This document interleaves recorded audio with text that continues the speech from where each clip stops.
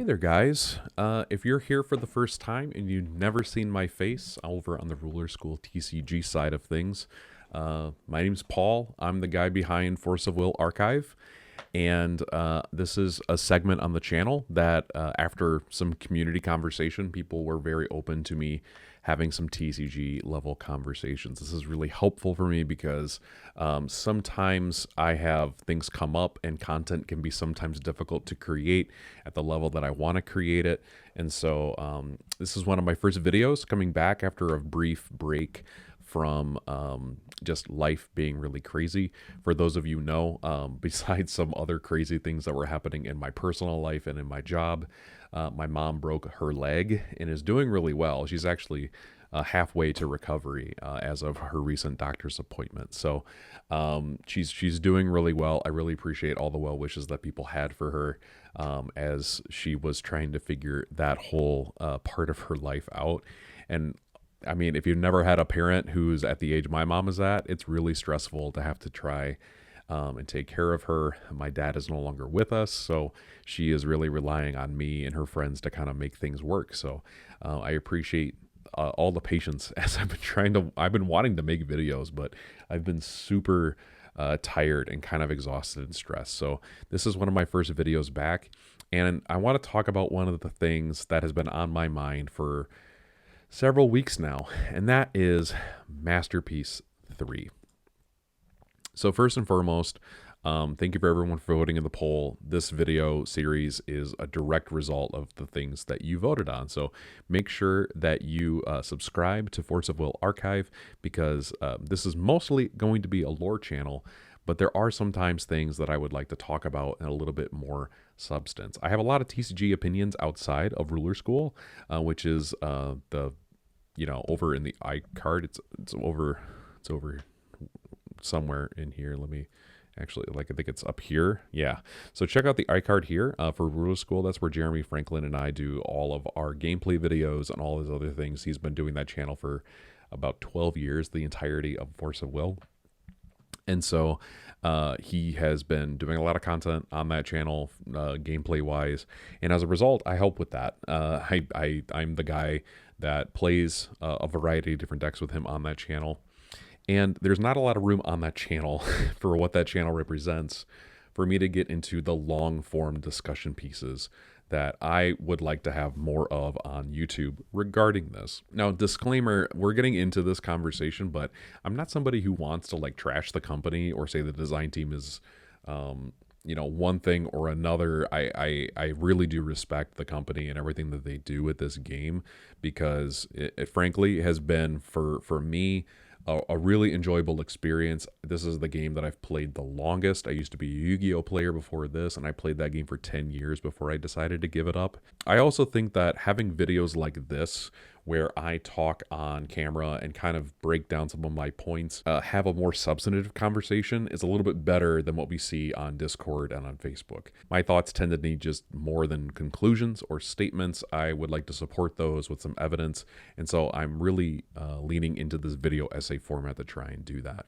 And I really do want to give voice to how to make this game better without being hyperbolic or cynical. This is just something I've observed as somebody who plays a lot of Force of Will and plays the game in, frankly, a very different way than the majority of the people who do engage with this game play, because I play a lot of different decks on Jeremy's channel. And so he and I are just in a very different place as we test things. We're not trying to hyper optimize. We're just trying to create decks that are fun to play. And that gives us a very unique perspective on what's going on. So my immediate thoughts on MP03, Masterpiece 03. I was really excited. I think a lot of you who joined me over on the Office Hours podcast in Ruler School will note that I was very excited for this format. New Valhalla and Assault onto the Demonic World and the Seventh were some of my favorite sets in Force of Will of all time. In fact, if anyone knows me, they know Assault into the Demonic World is my favorite set of all time, because it had this really beautiful blend of dependently designed cards, and then it also had really wide open space which is one of the reasons I love the Olivia deck so much. There was a lot of good blending between what is lenticular design, wide open design, the fact that she gets to use with Thunder Empress's Strike, she can use 2-cost water resonators and chants from across the game's history in order to facilitate a game plan. But then she also has this mechanic that a lot of other rulers just will never, ever, ever get access to, with the exception of maybe a little bit of the new Diabolos pack, but I'm getting away from myself. Right, that set was incredibly enjoyable to me, and I was really looking forward to playing with the Knights of the Round Table from Arthur again. You'll note that I really enjoy Knights of the Round Table. That's one of the videos we've had here on the channel. I was really hyped for this. I was really, really, really excited to start playing with these cards, and so I was actually sleeving up. I say sleeving up, building a bunch of decks with what we had available on Force of Wind to really try and get a jump start on some of the decks that we were going to have to play. Every Masterpiece collection Jeremy and I encounter, we divvy up the set. We usually split it right down the middle. He takes a light ruler, I take one. He takes a fire ruler, I take one, etc. down the line.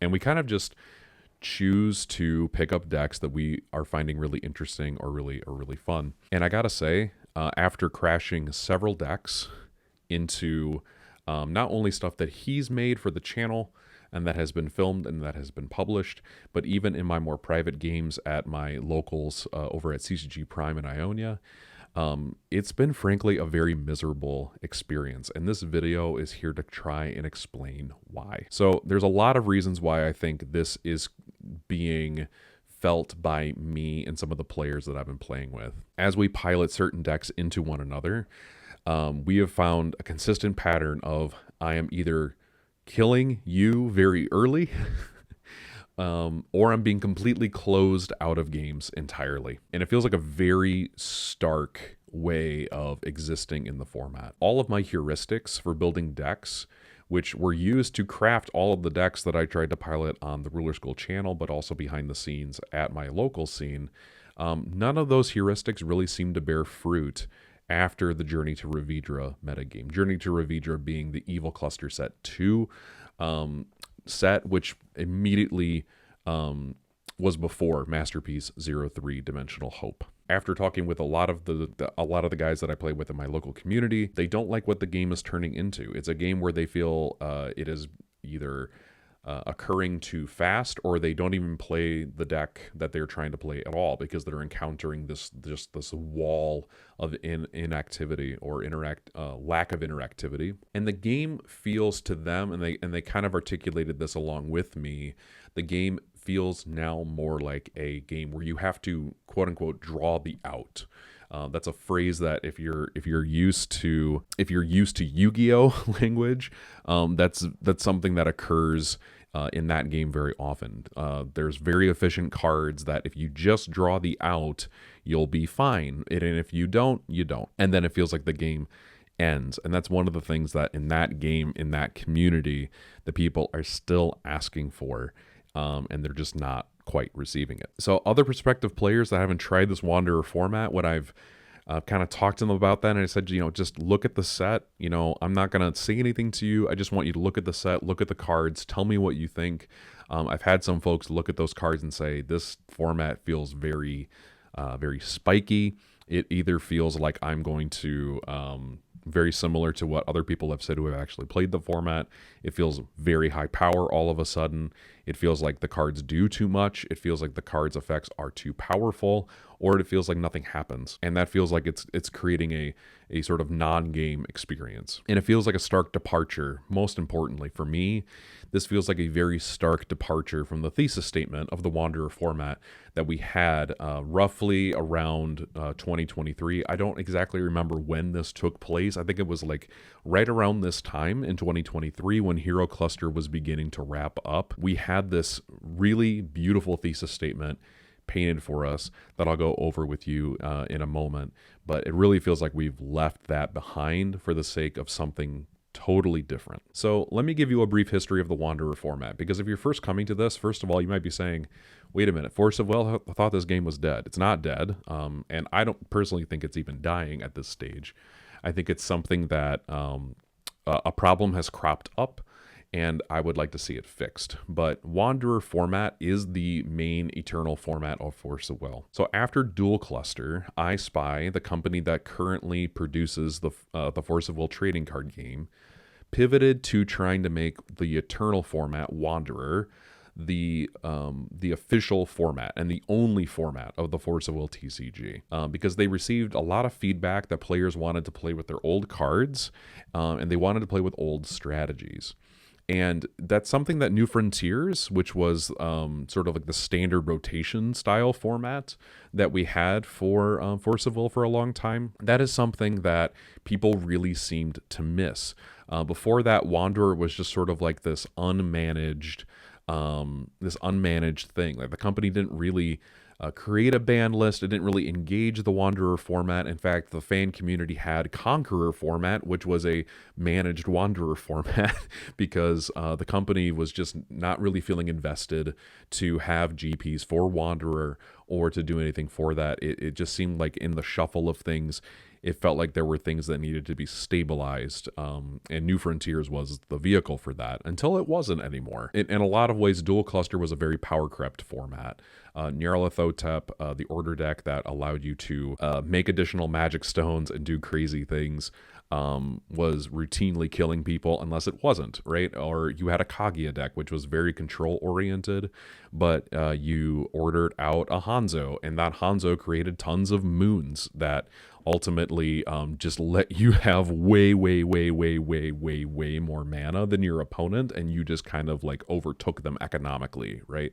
So that was the kind of format we were leaving, and they were trying to balance Dual Cluster a little bit near the end. So going into what the next cluster was going to be, Hero Cluster, the company decided that they were going to move us into Hero Cluster as the first cluster that was exclusively trying to build for Wanderer. Not really building New Frontiers with the New Frontiers in mind anymore. We're building for the Eternal format in mind. And so you got a bunch of rulers like Aristella or Falchion, who were really keying into legacy races like fairy tales, which were very interesting to a lot of folks, and going into using additions as a kind of a strategy that may have existed in. These were very interesting things, and the support for those rulers was, I don't want to say like light, but it was intended that, hey, here's some interesting pieces that you get with this ruler. See what we're trying to do here. Now go back and look at older cards and see if you can bring some of those older cards into these decks to make them interesting. That's kind of how we want to design these sets. And it was a really, really interesting experience, although a very powerful experience as well. At the end of Hero Cluster, which was in fact 1.5 years long, it was 6 sets long, but it really did prove that at the end of Hero Cluster that the diversity of the format had really stagnated.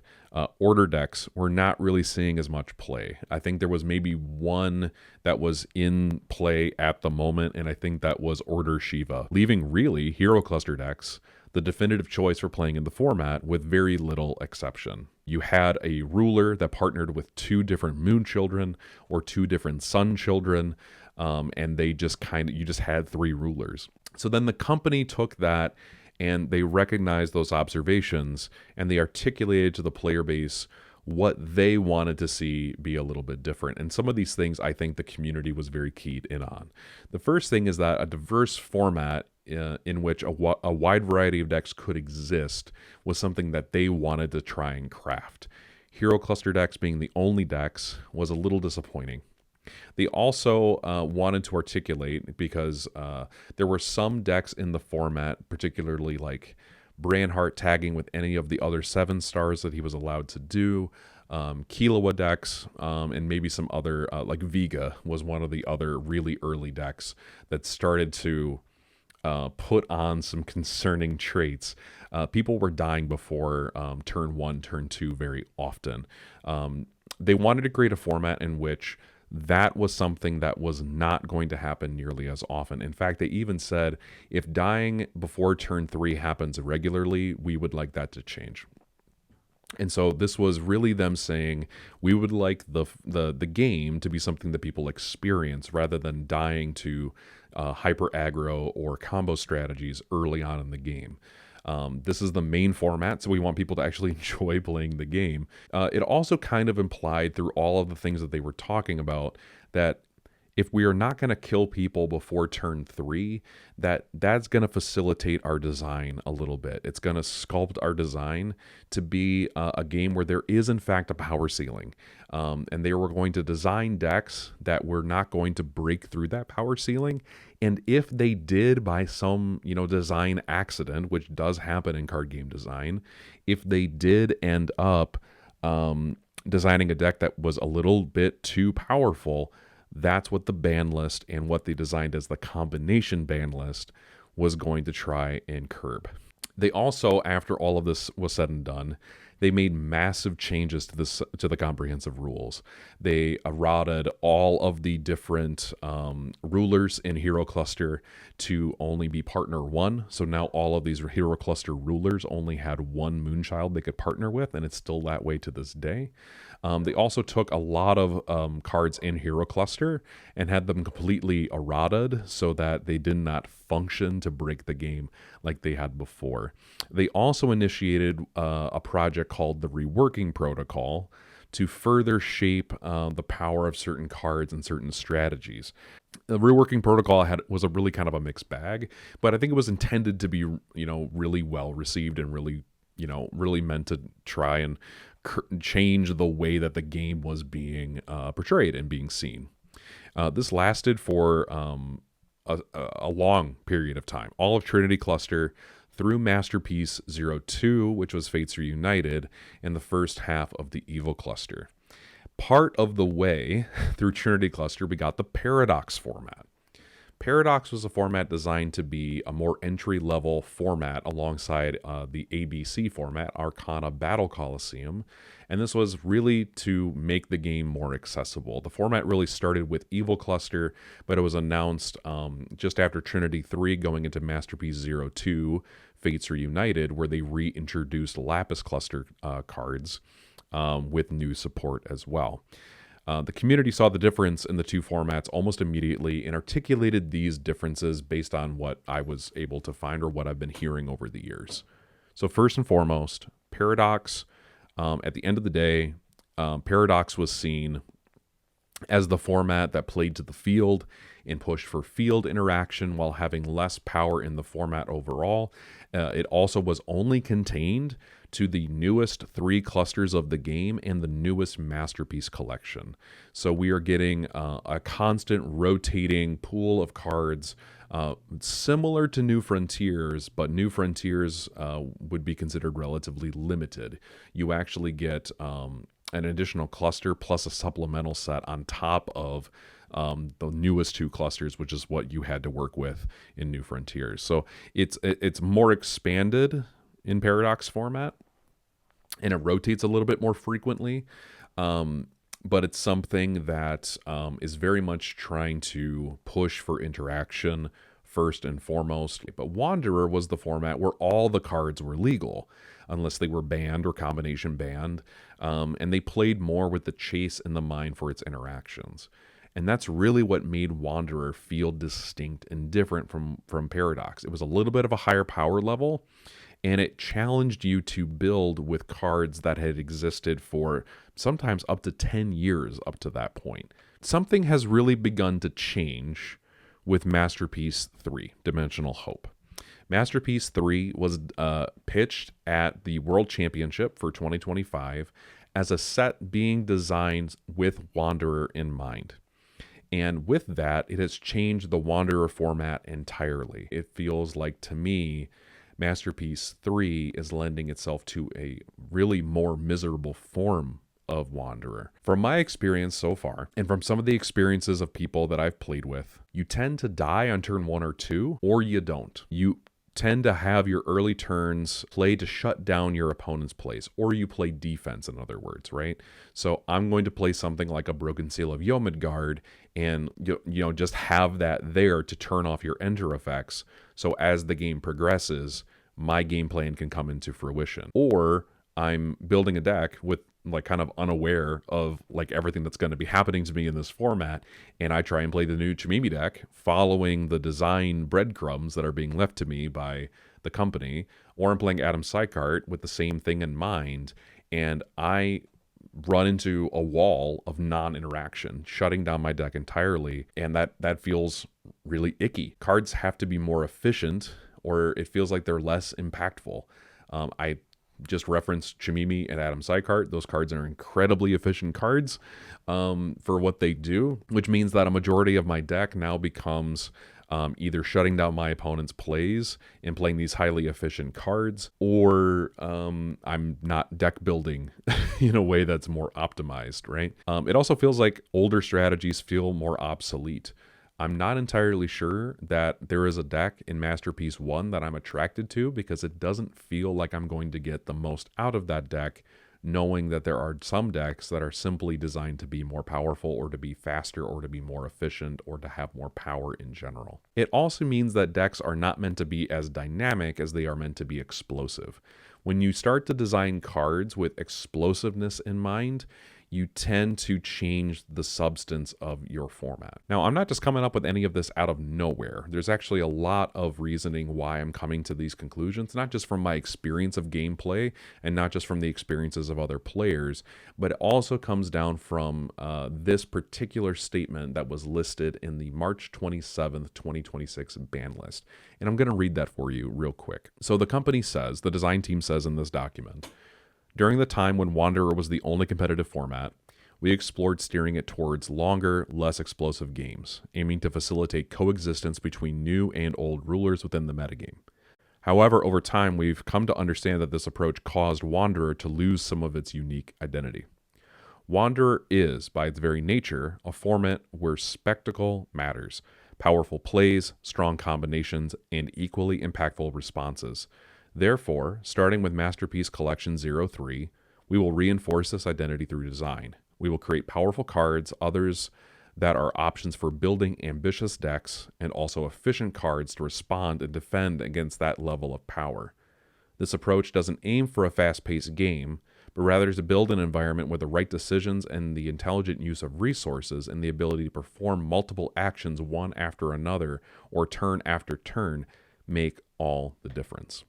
There's a lot of the language that you heard in that I've been using throughout my observations of Masterpiece 03, because I think in a lot of ways the design team has really accomplished what they were setting out to do. Now, I do have some problems with this statement, and I really want to get into what those problems for me are. The idea that Wanderer has lost some of its identity compared to Paradox, as they were designing Paradox to be a more interactive format. My main disagreements are really that I just don't think that's true. I do think that Wanderer had a very good, a good set of things that set it apart from Paradox on the whole. Paradox had already set itself aside as the format for new players that had a more limited card pool, and it had a wider card pool than New Frontiers, but it was still not as wide as the Wanderer format by comparison. Paradox also already played more to the field than it cared about the chase. Now, I think that that's maybe seeing some wear as Paradox becomes a little bit more of a chase-centric format. I'm going to have to make another video on that because I simply don't have time for that today. But also, Paradox was not the main format of the game, right? Wanderer was the main format of the game for an entire cluster, and that was about a year and a half worth of designed cards. And thus, it was kind of being implied already that Wanderer was the main thrust behind gameplay implications. The design of cards coming into fruition was all about Wanderer first and foremost. But Paradox also existed, right? It was, hey, this card would be really good in Paradox. It may not be as powerful as a card in Wanderer, but it's certainly something I could use in Paradox, therefore it has utility. We were already starting to think in terms of Wanderer is this thing, but Paradox is this thing. And there was a distinct level of power that made those formats different. So this idea that Wanderer needed to be a format of spectacle and efficiency in order to be special also seems to be really fraught to me. Wanderer was already special because you got access to every card, every ruler, every strategy, with the exception of those that were on the ban list. It rewarded deck building creativity. It rewarded legacy players for having all of these cards in mind, but it also gave deck builders the experience of being able to go back and look at 10 years worth of cards and maybe find that one card from that one set that allowed them to, make their strategy something unique or impactful. It was also something that lent itself to the idea of staple cards, that being cards that are hosted in their particular color and have their particular purpose in that color and are maybe changed over time, but for the most part, stay relatively the same. So you could build a collection of good, impactful cards that at the end of the day, might be the thing that you need to make a particular strategy. One of the cards that I used in Hero Cluster, I think it was a 1-cost red card, Duel of Fate, I think it was, and it was a red card from way back in Grim Cluster that I got to use in my Vega deck, and it really did surprise Jeremy when I used it against him on the channel. It's the perfect quintessential moment for me. So you didn't really have to speed Wanderer up to make Paradox feel slower. You were already designing Paradox to be slower. So this argument for me really does feel flat. I also heard from a lot of other players throughout the years, because I've kind of been known as the other guy on Jeremy's channel, right? That people routinely left other card games because games like Magic the Gathering and Yu-Gi-Oh! Had eternal formats that felt either too fast, or they had elements of their gameplay that didn't feel like they were being allowed to play. There's a reason why Commander has really taken off in Magic as one of those more enjoyable casual experiences. It's because people feel like they can play their game and enjoy something with their friends, right? It feels more and more like Wanderer, now that Masterpiece 03 has been released, is general gameplay either lets you kill your opponent really quickly so they don't get to play the game, or you're playing cards on the field that prevent them from playing cards that then let them play the game. So there's this weird thing that's happening now where it feels like people can't play the game unless they have more skill than their opponent, and that doesn't feel great, or they happen to find the card that they need in order to beat their opponent. So to me, there's very little precedent for the format to shift in Wanderer when it was already a really great format. It doesn't need to be a spectacular format. It already had a lot of good things going for it. I want to talk a little bit about building decks for Masterpiece 03 and how that impacted my local community. So first and foremost, people in my local community found piloting decks and building decks to be a lot more difficult because now the dynamism and the interaction that they were planning for in previous formats like Journey to Ravidra suddenly didn't matter anymore. People want to play card games. They don't want to win through spectacle. They want to be able to say, I was able to see when you were making a big, powerful play, and I was going to be able to sort of pivot and maneuver around that to make it feel less impactful. So what we ended up doing is we actually ended up developing a ban list to try and maintain the dynamism that we were feeling in the Journey to Ravidra format, so that Wanderer, we could still play that format and still play with the new cards, but not feel like we were just completely sweeping away our opponents or just not being able to play the game. We actually really liked the Journey to Ravidra format. I want to see the game maintain the thesis statement that it articulated in the wake of Hero Cluster. I want to see it continue to define Wanderer as the higher power format, but I also want to see it maintain a power ceiling. I want to see it say we're not going to let players kill on before turn 3 intentionally. Before now, that felt incidental. Now it feels like cards are being designed with that purpose in mind. And I just think that that's a mistake. This was kind of a very revolutionary concept in trading card games. The idea that you could have a defined power ceiling for your cards that you were not going to proceed across unless the whole game proceeded across that barrier, and by one step, not too many steps. it was something that really I wish Yu-Gi-Oh would have articulated years ago and just hasn't really done that. So it was something that I really, really, really admired in the design space. It also lends itself to just playing the game. When you cannot die by turn 3, it lets you play the game, and it lets you learn how to exist in a higher power environment so people can develop skills, get a feel for what the game is doing as an eternal format out on a whole, as they learn about the older cards that exist in the game's history. I want them to go back to this idea that Wanderer should be a format where there's a diversity of decks, strategies, and old and new cards that exist simultaneously. You could succeed in this format by investing yourself in a particular deck and just saying, how do I make this deck function? What does it need? What new tools do I get access to? I want to be able to sit down and look at new cards and say, hey, how does this work in Paradox? But also, how does this work in Wanderer for some of the older decks that I get access to? And not feel like those decks are just going to get blown out of the water. I want them to feel like they have a chance because we're not killing people before turn 3.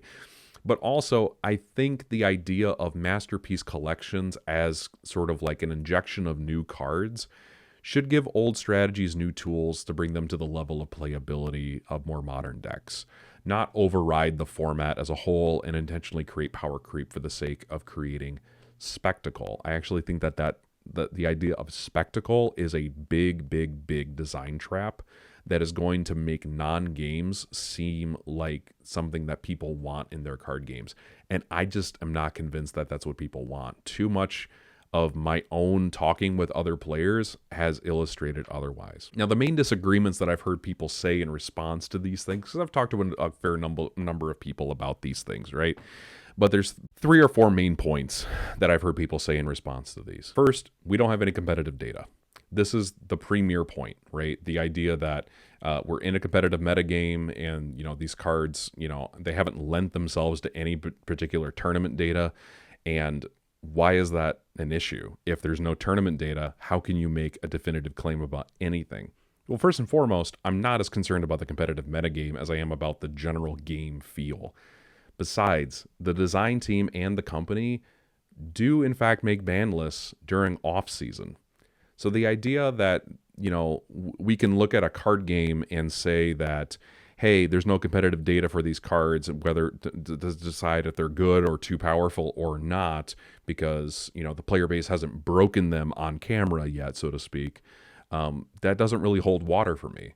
There's plenty of instances where the design team develops ban lists and tests cards and tests strategies behind the scenes without any sort of competitive input to, what those cards actually do. If the format feels unfun to play, despite the competitive season, people who like legacy cards and strategies have to contend with a format that they don't enjoy, or they can't play their favorite strategies anymore. So to me, this is kind of a moot point. You have to make ban lists and you have to have people enjoy your game, whether they're at a GP or not. The other point that I've heard is if you play with defense in mind for the first few turns, the game is still fun. And that might be true. If you're one of those people who's like, well, I don't mind having to pivot to defense for the first 2 turns. I think that the game is fun. I've adapted. What's your problem? Right? If you're like one of those folks, I hear you. I mean, if you're trying to find the fun in the game because you like playing the game, I think that that's completely acceptable. It doesn't really justify the pivot, though. It doesn't justify the idea that, well, we needed to make a change because it feels to me like the input isn't correct. The output is a new format, but the input is something that I'm not entirely understanding, right? Wanderer felt good to play. It was diverse. I have heard no complaints about Wanderer other than like the few minor points. Like some cards maybe push some strategies beyond where they ought to be, right? Like should Mirror really be given to Luminaries? Like these are the kinds of conversations that I've been hearing people say. Not that I can't kill my opponent on turn 1. That's the problem with the format. I've not ever heard that conversation. And I could be completely wrong, but that is not something that I heard people talk about very often. Some people would just say, play Paradox. If that's what you want, Wander should be able to be its own thing. Paradox is the format that you want. But the problem with that is I'm talking about the game's general reception, right?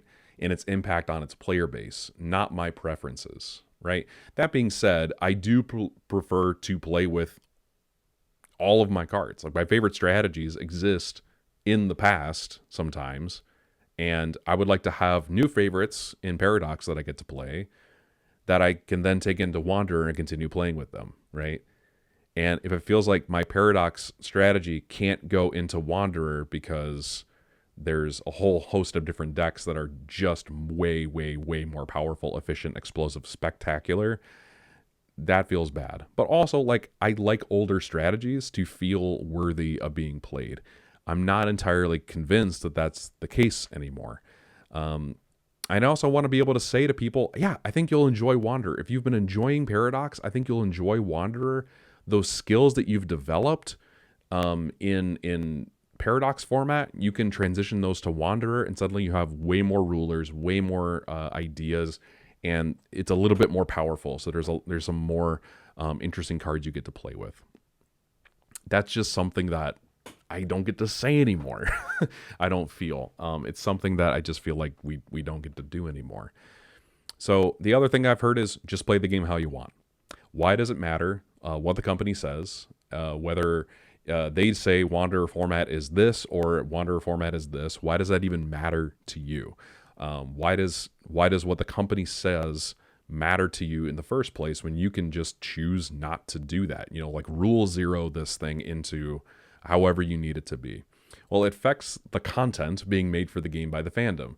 I'm saying this as somebody who, in speaking with Jeremy, we've pivoted to Paradox content for the most part, right? Our behind the scenes content is CCG Prime Wanderer stuff. He's still going to make Wanderer content, but it's to the point where I can't enjoy Wanderer at all. So it makes the content that he wants to make with me more difficult. And it also makes it more difficult to say, can we actually put this on the channel? Because it feels like a fan format, right? People don't want a fan format. They want the official format. So it just makes the way that I express my fandom in this game more difficult. It also is really kind of dubious to develop a fan format, because when does it stop becoming something that's balanced and become something that is taking the game pieces out of the game that we don't like, right? And changing the game that you're playing. I like the game of Force of Will. I like what the designers have done with it for the most part, all the way through its history. I just feel like this is maybe a major mistake, right? I think that they maybe have good intentions behind this, but it's just not maybe the best decision. All of that being said, I did mention that we created our own ban list at CCG Prime and Ionia. We're going to try and incorporate new cards as they come out. If the company decides that they are going to continue to develop cards that are more powerful, that are more efficient, that have spectacle in mind, that's just going to continue to make it more difficult to balance the format. You know, how do we maintain there's a ceiling to this when they're like, we don't want there to necessarily be a ceiling to this anymore in the way that there used to be.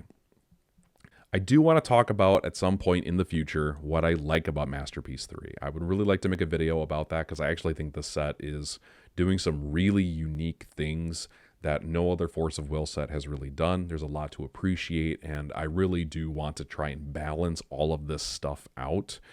Even though my experience has been negative, let me be frank, I did not think I'd be having this conversation about this set. I was very, very, very excited, and there are things that I still admire about it that I really do want to talk about. So look forward to that video sometime in the future, very similar to this.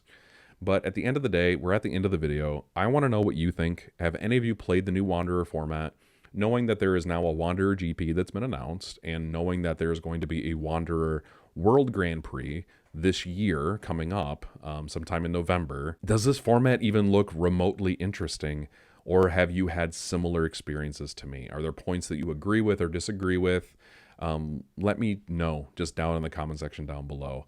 If you'd be willing to like this video so that it goes higher up in the algorithm, I would also really appreciate that. But also share this video around, because I want people to feel empowered to articulate what they want in their card games and what they want out of this card game. Because I do think this is one of the best card games I've ever played, and I really do want to see it thrive. And I do really want to feel good about it. So let me know what you all think down in the comment section down below. And if you want the CCG Prime Wanderer ban list, let me know down there too. I'd be happy to figure out a way for us to talk about that on one of these future segments. But I really just wanted to get this out because I really wanted to make a video for you guys. Anyway, guys, this has been Paul of FOW Archive. Hit subscribe, hit that like button, share this video around so we can talk more in the community. And until next time, see you around.